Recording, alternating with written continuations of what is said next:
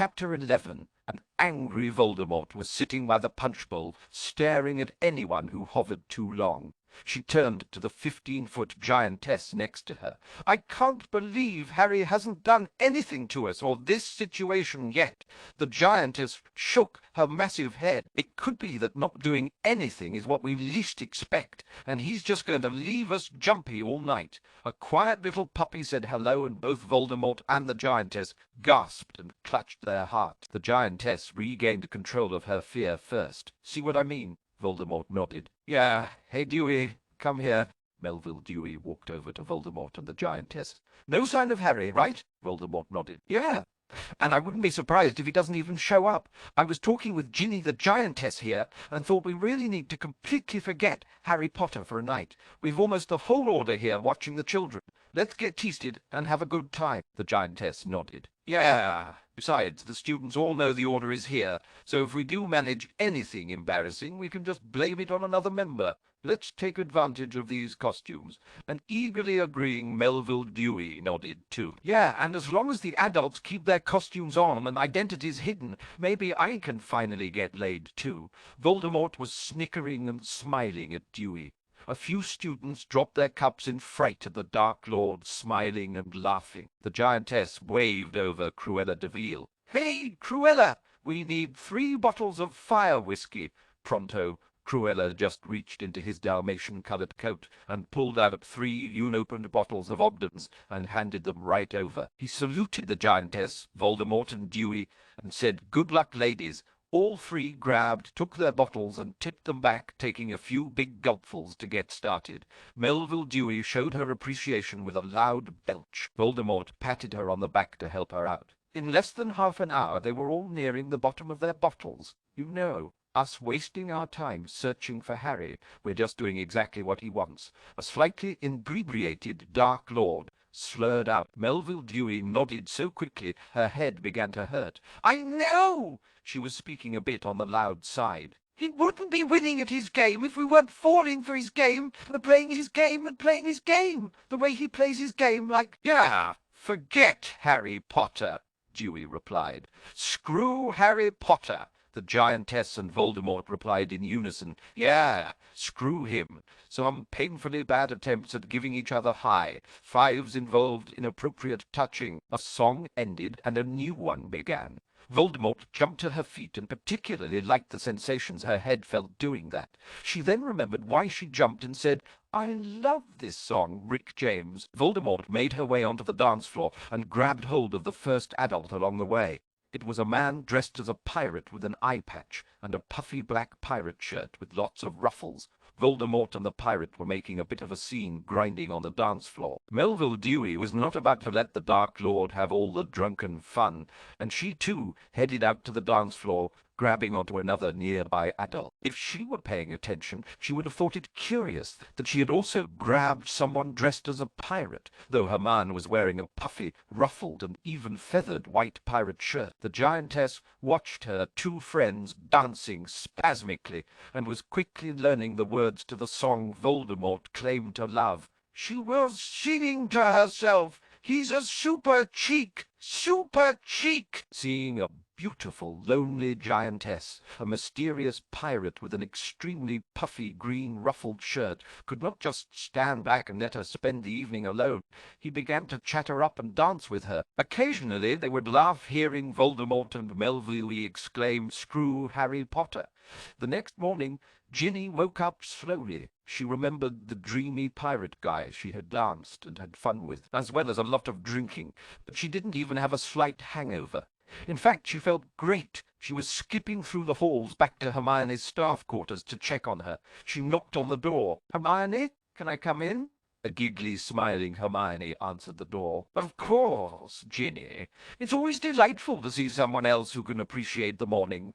I want to apologize if I sort of ditched you and Tonks last night, but I had the most wonderful evening. Do you need a hangover potion?" Ginny smiled brightly. "No, thanks. I feel great, actually. And you wouldn't believe my night, either. I don't want to sound like a slut or anything, but my God, one-night stands can be more cathartic than any potion sometimes. I know exactly what you mean. Last night was exactly what I needed. I doubt I'll ever see him again, and I almost don't want to know who he was under the eye patch. Ginny had been smiling until she heard eye patch. Wait, was your guy dressed as a pirate and wearing a horrible puffy shirt? Hermione looked at Ginny, nodding. White silk shirt with a ton of ruffles in the front and sleeves that were almost like a drag queen's boat. Let's go find out if Tonks snagged a pirate too. What? The irate caretaker exclaimed. You mean we all slept with him? Or some merry band of pirates? And why don't I have a hangover? We think it's because of our pirates. None of us feel ill or bad. Just used, Tonks asked. Used? I was intending to be the user last night, and if anything he would have been the user last night, and if anything he would have been the used. Ginny blushed and said, I didn't think to ask his name. Tom, Dick, and Blank. He can be so bloody insolent, Hermione exclaimed. Tonks started giggling. Screw Harry Potter, indeed. Good call, Hermy. Ginny smiled victoriously. You think it was Harry for all of us last night? Tonks and Hermione nodded. Yes. Well, that makes me feel better. I should head back home and shower. I think it's going to be a beautiful day, a smug Ginny said, and left the castle. Tonks and Hermione walked to breakfast with mixed feelings on the evening's encounter. They needed some time to not think about Harry and to relax and forget about him. Of course, then, unknowingly sleeping with him does make you feel a bit like the butt of one of his jokes. Many of their illusions were slightly shattered when they arrived at breakfast and saw the headmaster wearing a familiar-looking puffy white shirt. Seated next to him was Professor Flamel in a familiar black shirt. Tonks and Hermione both paled at the smiles and quiet, giggling conversations the two were sharing. They feared the discussions that would be happening at the staff table during breakfast, and decided to just go hit the kitchens for this meal. Upon arriving, the first thing they saw was a giggling and smiling Dobby wearing a puffy green pirate shirt. He nodded at both of the groaning and blushing ladies and asked what he could do for them. We came down here for some breakfast, Tonks replied. Hermione watched the elf curiously. That's an interesting shirt, Dobby. Do you mind if I ask where you got it? Dobby smiled. No, Mum. Dobby don't mind a bit. After giving his permission, Dobby was now waiting patiently to see if Professor Granger was going to ask him where he got it. Tonks and Hermione seemed to be waiting on an answer still. Hermione couldn't stand the waiting. Dobby, where did you get your shirt? Dobby smiled. Sorry, Miss Hermy, but Dobby don't want to answer your question, but feel free to ask it any time. He finished with an eager nod. Hermione snapped her attention towards Tonks. Does he seem more cheeky than usual to you? Both girls noticed the blush and smile Dobby got. Tonks asked Dobby, Are you taking lessons in being cheekier? Dobby looked panicked. He looked left and he looked right. He looked up and he looked down. He bent down and looked between his legs. He refocused his attention on the ladies. He leaned forward and whispered maybe. Hermione admonished the elf. Dobby, why would you want to do something like that? Dobby, sorry, Miss Hermione. But Dobby couldn't take Master Harry calling Dobby Master Dobby. It just wasn't right. Hermione and Tonks were both confused now, so he stopped calling you Master Dobby. Dobby smiled brightly. Yes, Mum. Only way to get him to stop was for me to apprentice to him. Tonks's brain was being twisted a bit. What are you apprenticing in, Dobby? Can you do wizard magic? Dobby admonished the silly caretaker. No, Miss Tonky. Dobby is an elf. Elves can't do wizard magic. Dobby is apprenticing in cheek with a minor focus on impudent smart allecology. Tonks and Hermione both looked a little scared. Hermione asked, And how are your studies coming? Dobby smiled. Very well. Master taught Dobby how to be a cheeky pirate. Dobby's been practicing. Dobby squenched his right eye shut and began shaking his fist at the two staff members. Avast, you scurvy wenches, arrah! Hermione looked at Tonks. They shared some silent conversation, and both just shook their heads. We're getting sidetracked here. We came down for some breakfast. Can you help us with that, Dobby? Or are there any other elves who would like? Hermione trailed off and stopped speaking when the table became completely covered with a veritable buffet for approximately 20 people. Tonks's eyes were wide. Thanks, guys. This looks great. The two girls seemed to have agreed to not discuss the previous evening or anything relating to Apprentice Dobby. You see, the next month passed by awfully quietly. Professor Flamel indicated that he suspected Mr. Potter would be making an appearance over the Christmas break, but in the meantime there were very few reports at all attributed to him. Even the Quibbler had stopped its weekly update. The occasional article linking him to pregnant witches was still frequently mentioned, but none of them ever followed through with any truth. Apprentice Dobby had a particularly embarrassing episode where he was given a gift he cherished almost as much as a sentence. He got his very own egg of silly putty. Dobby was seen playing with it quite frequently, most usually stretched across the top of his head like a flesh-coloured toupee. It all changed one day when Professor Malfoy tricked Dobby. Dobby was heartbroken when the headmaster explained that if you eat your silly putty, it will not grow in your belly into a silly putty baby, nor can it be retrieved in any useful form. Professor Malfoy had to serve detention and apologize to Apprentice Dobby. It was mid-December when Severus sent off an owl to Mr. Longbottom, informing him he had finished brewing 2 complete rounds of doses of the Kiss of Ray. Professor Malfoy took over potions classes for the day. Professor Granger was a little frustrated she couldn't go with them, but she had classes to teach, so it was just Neville Longbottom and Severus Snape that entered into the long-term care ward of the Mungos to try and administer a mental ailments cure, all that hadn't been seen or made in millennia. Severus asked the nervous young man. "Are you ready for this, Mr. Longbottom?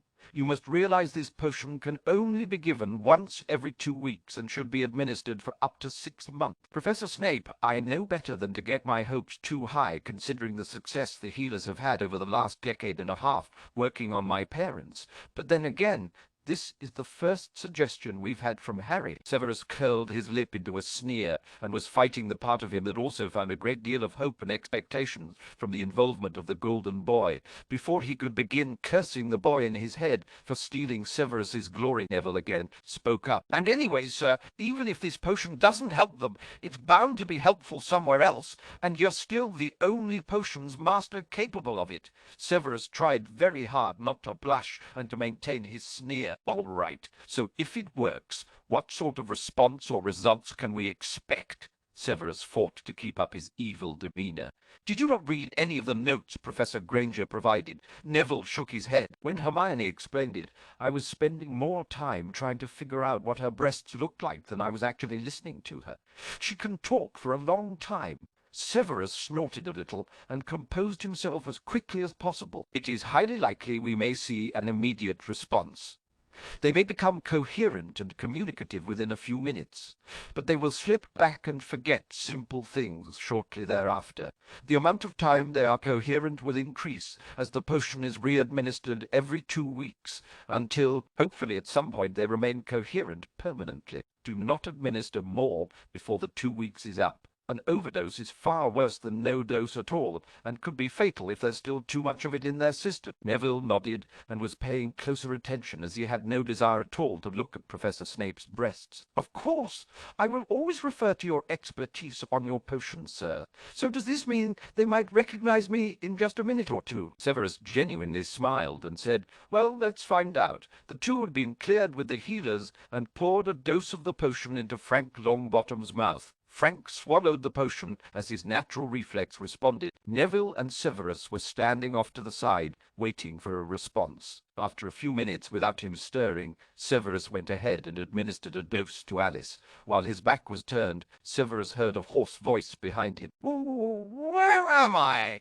Frank asked. Who are you?" he said, looking at Neville.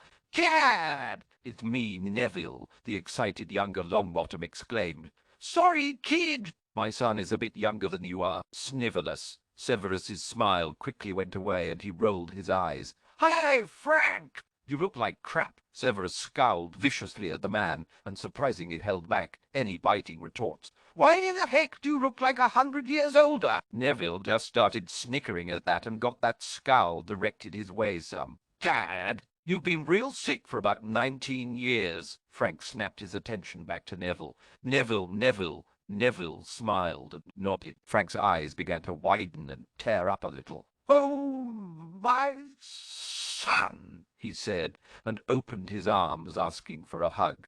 Neville moved towards him and embraced his father tightly. Severus let out a loud, audible sigh. Frank went back to vigilant. "Wait! The Lestranges! And Crouch! And Alice! Oh, poor Alice! I'm going to kill them!" Severus just smirked. Too late. "Snivellus! Oh, for Merlin's sake, people! I'm trying to be nice here!" the angry Slytherin yelled.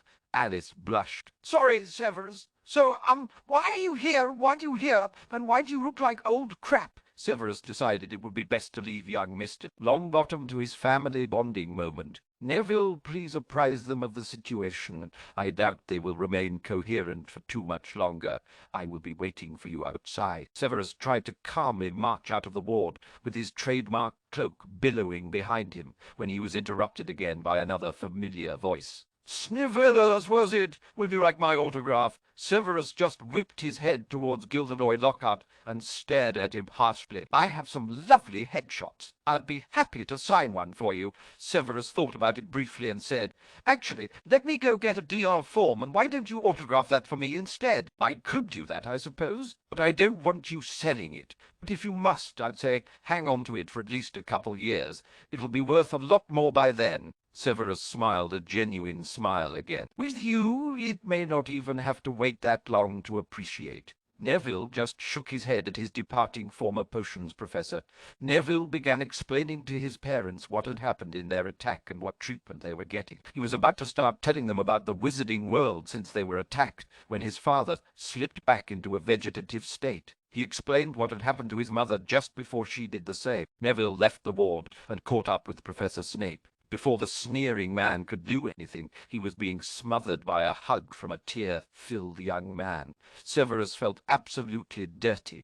He just made a pained face, nodded to the smiling and crying Mr. Longbottom, and turned around and ran as fast as he could. For good measure, he could be heard cursing Mr. Potter's name quite vividly, while Christmas break was upon Hogwarts. The castle had been emptied of nearly all of the students. The few that remained had just finished a delicious Christmas Eve feast with all the staff members that remained, and many other guests of the school. The students finished their desserts and left to go back to their common room. Seated still at the table were many staff members and guests, all who happened to be members of the Order of the Phoenix. One of the people still seated was Headmaster Albus Dumbledore, who seemed to be smiling and bouncing in his seat, unable to keep still. He was staring at Professor Flamel, begging the older man with his twinkling eyes. Nicholas finally gave in. He cast a large privacy charm around them all and stood up. "I can see Albus is about to burst, and I am sure he has told a few of you about one of his little gifts this holiday," Nicholas began. Everyone was watching him with rapt attention. "I have discussed the matter with Mr. Potter, who we are still trying to locate, and after some pleading, a few concessions of my own, I have persuaded him to allow me to share with Albus and the rest of you the substance we have been studying. Before I do that," several people groaned and started getting impatient, "I first will try and share some of what I can with you. When this project first came to me, I really had no idea what it could lead to. I did not expect much, and so after running some preliminary tests, I can honestly say I was truly shocked at the potential it has. Severus does in fact have a vial of it, and no, I cannot tell you the password to it. We are not ready yet to come forward with our findings or discoveries just yet, as there is a lot of potential misuse available with the substance, and we need to exhaust essentially all the possibilities we can, determining the ways it can be used. There are several distinctly different ways it can be used, and a few of them you have been witness to in their testing form, and may simply have not been aware of it. I believe before the school year is up, we will be recruiting some other experts to assist us in this process. Both Professor Snape and Professor Granger's names have been discussed as candidates. Albus, we agreed you may be a little too excitable for working on this." Albus continued, smiling and nodding, seemingly agreeing with that assessment. "Oh, for the love of sugary goodness, just tell us what the substance is." Nicholas stared at the impatient old man. "Fine!" Albus smiled and yelled. "Praise be to Harry!" Professor Malfoy, purely on impulse, yelled back, "Praise be to Potter!" Nicholas just shook his head. Anyways, the substance that, as far as I know, only Mr. Potter has ever been able to acquire doesn't exactly have a proper name per se, but we have been calling it